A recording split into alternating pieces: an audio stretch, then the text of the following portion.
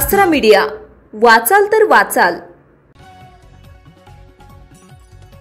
सतत 2 दिवसापासून येत असलेल्या पावसामुळे नदी नाल्याला पूर येऊ नये तसेच त्याचा फटका नागरिक ग्रामस्थांना पडू नये यासाठी शासकीय यंत्रणा सुसज्ज करून ठेवाव्या अशा सूचना जिल्ह्याचे पालकमंत्री नामदार ॲडव्होकेट आकाश फुंडकर यांनी दिल्या।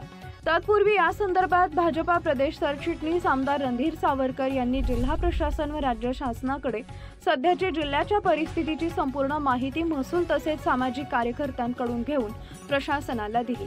या संदर्भात खासदार अनुप धोत्रे, आमदार हरीश पिंपळे, आमदार प्रकाश भारसाकळे, आमदार वसंत खंडेलवाल परिस्थितीवर लक्ष ठेवून आहेत।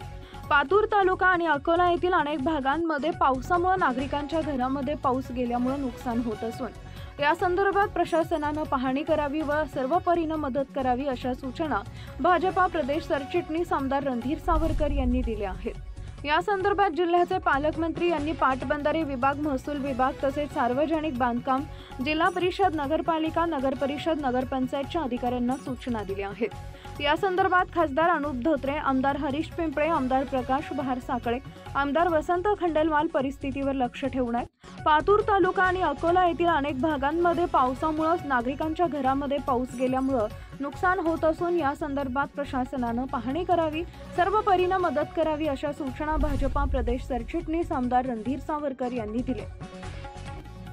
या संदर्भात जिल्ह्याचे पालकमंत्री यांनी पाटबंधारे विभाग, महसूल विभाग तसेच सार्वजनिक बांधकाम, जिल्हा परिषद, नगरपालिका, नगरपरिषद, नगरपंचायतच्या अधिकाऱ्यांना सूचना दिल्यात। या संदर्भात जिल्हा प्रशासनाच्या वतीने आपत्कालीन कक्षांची स्थापना करण्यात आली असून 24 तास हे कार्यालय सुरू असून नागरिकांनी सतर्क राहावे व प्रशासनाला सहकार्य करावे।